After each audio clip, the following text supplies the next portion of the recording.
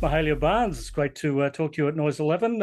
Me and Winston, as you can see, it's a bit of a double act today. I'm pretty excited about it, actually. It's good. I like this co-host situation. Yeah, have you got anything to say? Hi, Winston.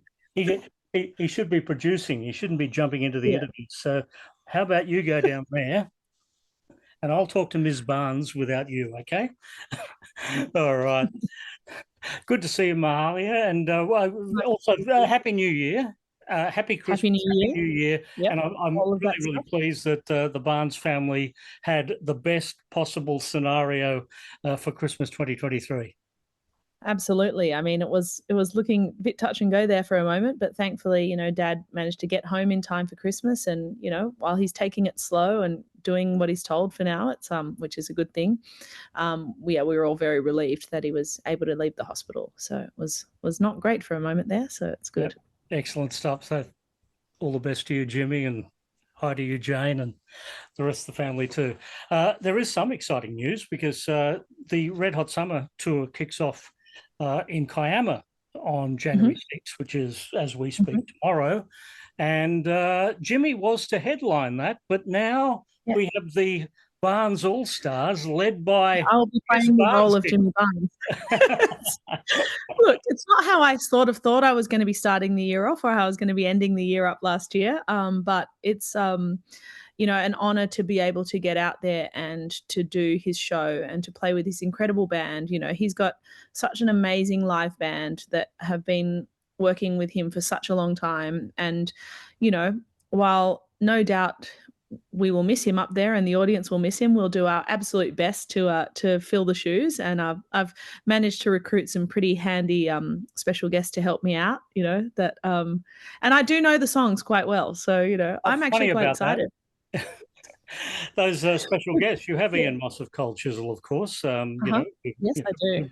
Who's worked with Jimmy for more than 40 Just years. a little while. Yeah. Chris Cheney from The Living End, and also Jon Stevens will be up there.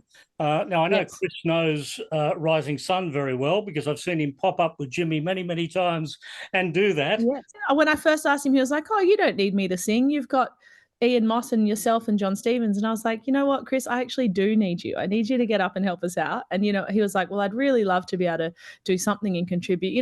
The amazing thing that for me in this last couple of, weeks since all of this has happened is just seeing the incredible support and friendships that Dad has in this industry and with the audience as well. People have been so incredibly supportive and warm and understanding, and friends have put their hands up left, right and centre to see what they can do to make this all work.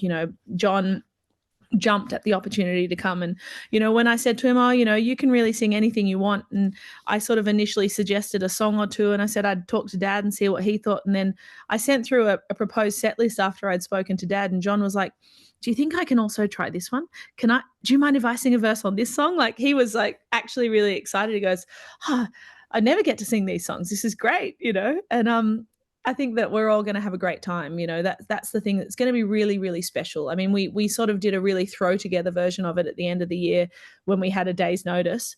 And that was great. But, this time we've had a bit of time to really think about it. And, I think that everyone's feeling a little settled and really, like me, grateful that we can do something to, show our love and our respect for Dad, and at the same time try and really give the audience what they deserve, and make it a great show, and it's going to be fun. Now, Jimmy's contributed to the curation of the set list for this, hasn't he? He has, yeah.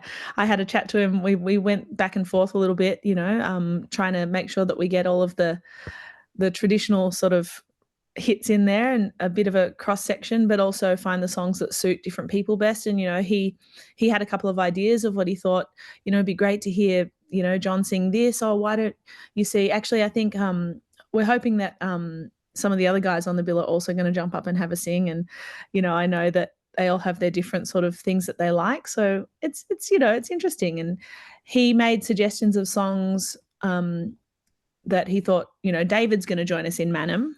He can't join us until the Mannum show, but he's going to join us for that one. And he was like, oh, David should sing that. And I was like, I hadn't thought of that. You're right. So it's, It's good, you know, we're sort of, we'll play each show by ear. We might change it up for each show, but we've got the set all done for tomorrow. And yeah, I think it'll be great. Yeah. Well, you've got Ian Moss in the band. I guess the perception of Cold Chisel is that Jimmy was the lead singer of Cold Chisel. There were really two Yeah. lead singers of Cold Chisel. There's So two outstanding singers. yeah. So is Ian coming along to sing the Ian songs from Cold Chisel? Well, I think that we're going to do a couple together. Him and as I'm playing the role of dad, I feel like this sort of obligation that I'm going to have to push Mossy around on stage a little bit, I think, which is also something you don't get to do very often. So I'm pretty excited about it, you know, to get to be up there and sing with him. And yeah, I guess we'll see how we go. He's going to do a couple of numbers with us, and knowing Ian, he'll probably just stick around and play on a few extras as well, because once we get up there, he loves to be involved. But yeah, it'll be a ferocious rock and roll set. It'll be good. Obviously, when the war is over, because that to me is the greatest duet that was ever recorded. The way their voices just go from one voice to the other and back again, absolutely magic. That's obviously one you're going to be doing. That's definitely one that we'll be doing, because I will take any opportunity to sing that song, especially when I get to sing it with Mossy. You know, like, he's such a beautiful singer. I mean, a monster guitarist, obviously. And it really is about that balance between the different voices. And while I'm not dad, I do have some remarkable genetic similarities. So, you know, I will do my best to fill those shoes, but really I'm just going to be loving every second of it. I have to say, one of the highlights of my life so far that I've had is that, you know, when the last couple of tours that Chisel have done, because dad was in the middle of touring and they wanted to do lots of rehearsals, they actually asked me to sing as the stunt singer for the rehearsals. So I have had the chance to sing with Mossy a fair bit in that setting, doing those songs, you know. And it's like, I mean, how often do you get to be the lead singer of Cold Chisel? You don't, you know. So it's pretty cool for me that I got to do that. And I thought that was, you know, such an amazing opportunity. And then now here we are in this situation. I get to be the lead singer in Jimmy Barnes' band, and, you know, and sing duets with Ian Moss and Jon Stevens. It's pretty cool. And congratulations. I've never heard the term stunt singer before. So, you know, there's a new occupation to put down on the passport. That's what should be on my bio. It's like Mahalia Barnes, soul singer, blues singer, rock and roll singer, stunt singer. Stunt singer. You know? Now, Kiama, of course, this weekend. Mornington for people in Victoria next weekend, as well as Mannum in South Australia. So you've got a big couple of days ahead of you. Yeah. It's going to be great. I mean, they're all really big shows, and, you know, we really hope that, you know, everyone's going to come out and get behind the, I mean, it's an incredible lineup. You've got Casey Chambers, you've got Pete Murray, Birds of Tokyo, Jon Stevens is playing, Living End are playing, and then you've got this big super band show playing all of Dad's hits. So, you know, with Mossy. So it's pretty cool. I think it's a great show, and I think it'll be a wonderful thing to get out there and show your support. You know, when we did the last one in Torquay that we weren't really expecting to be doing, that happened literally the day before, we said to everyone, make sure you come along and sing extra loud so he can hear you, was his request. You know, he said, tell them to sing extra loud so I can hear them. So I will ask the same of everyone, that people come along and get behind, you know, Dad, and behind these incredible bands that are all on the bill. And you know, the Red Hot Summers are such fantastic shows. They always are. Dwayne and, you know, the whole team behind the shows are remarkable humans, and they work so hard. And, you know, we're really glad that we can make this work and deliver a fantastic show that we really think everyone will be happy with, you know, under very difficult circumstances. So yeah, it's good. And then we've rescheduled the other three that we could, so they'll be moved into April, and Dad will be back and fighting fit and ready to go for those ones. But we might just have to drag some of the extra guests along anyway, I reckon. So. I reckon too. April 6, Jimmy will be back at the Hunter Valley, then Launceston on April 7, and Bendigo on 27th of April. So looking forward to those ones as well. What about you? The Soul Mates will be back as well when we get to those days. Yes, we will. You were going to be I was on this bill, yes. Soul Mates, for this tour. Yeah. You've gone from opening the show to closing the show, so that's quite the promotion. Yeah, it is quite the promotion, isn't it? But, you know, I'll have to wear different pants and different shoes, I think. But like I yeah, I'm looking forward to getting back to the April shows and getting to play with my band as well, because we had a lot of fun. We started off in Perth in November, and we did a By the Sea in Cronulla, and we got to play with my band, and it was really great. I mean, we've got a heap of shows coming up between now and then as well. We're all over the place, so it's squeezing these extra gigs of dads in is making it quite a busy start to the year for me, but it's good. I'm just really glad that we can make it work and do it. I can't believe that first Soulmates album is 17 years old, came out in 2007. Yeah. Like one more year and it will qualify for a driver's license. That's true. I think I'm probably getting close to a best of, aren't I? it's yeah, no, it's a long time. I can't believe it either. It feels crazy, but I mean, at the same time just suddenly passes. I mean, my eldest child is 14 years old, and joined me, and we sang together at Carols in Domain just at Christmas time. She towers over me, so I feel like it wasn't that long ago that she was just a tiny baby, and I know that she laughs when I say this, because you sound like all old people say this, that it just goes so quickly, so it's like, I guess I'm an old person then, because it goes so quickly. Just I can't believe it. I was talking to Mossy when I spoke to him, and I said Ruby might actually come along to Kiama and have a little sing as well, do some BVs and maybe join us on a song. And he said, oh, how old is she now? Is she 8 or 9? I said, she's 14, Ian. He goes, oh gosh. And I said, yeah, but I still think Julian, who's starting to do his own stuff and is really a beautiful singer and guitarist, Julian Moss, I still think of him as being about 5 or 6, and he's an adult. Yeah, that's right, and was one of the guests on Ian's last album.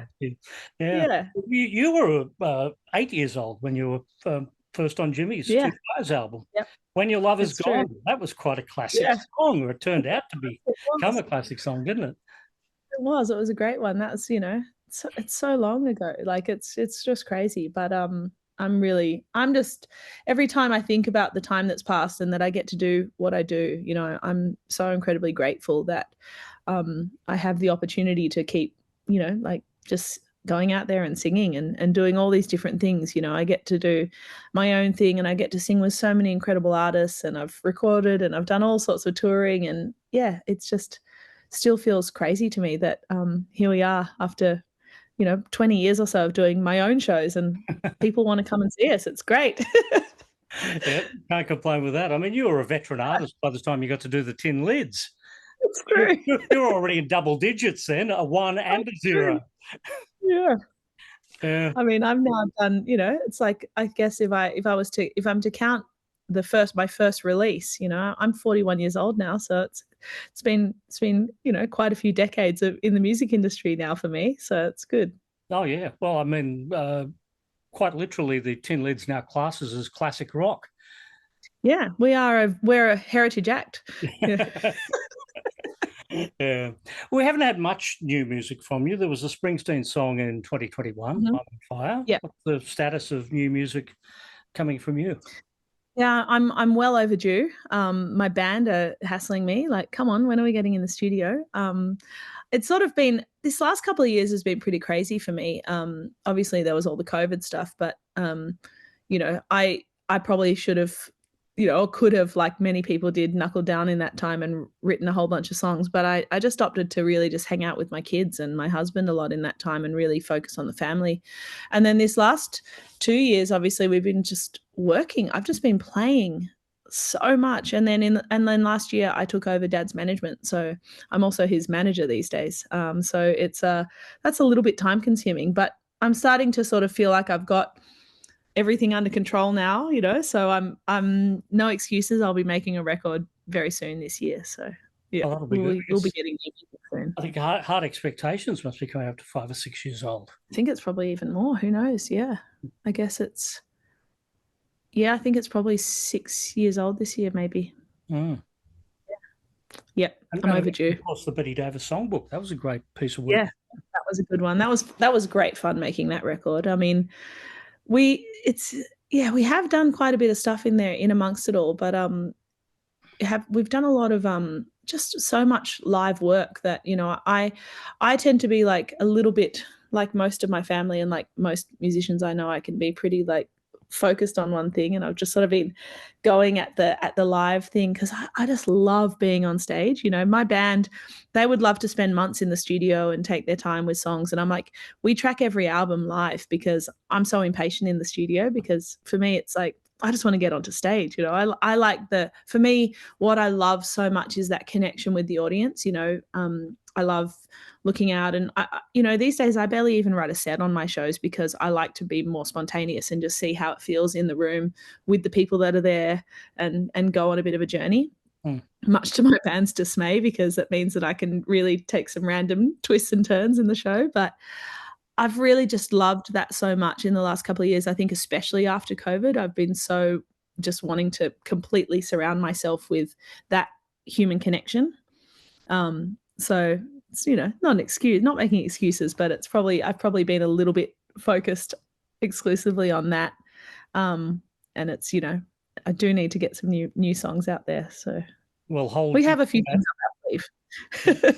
2024, it shall be done. Yeah, it shall be done.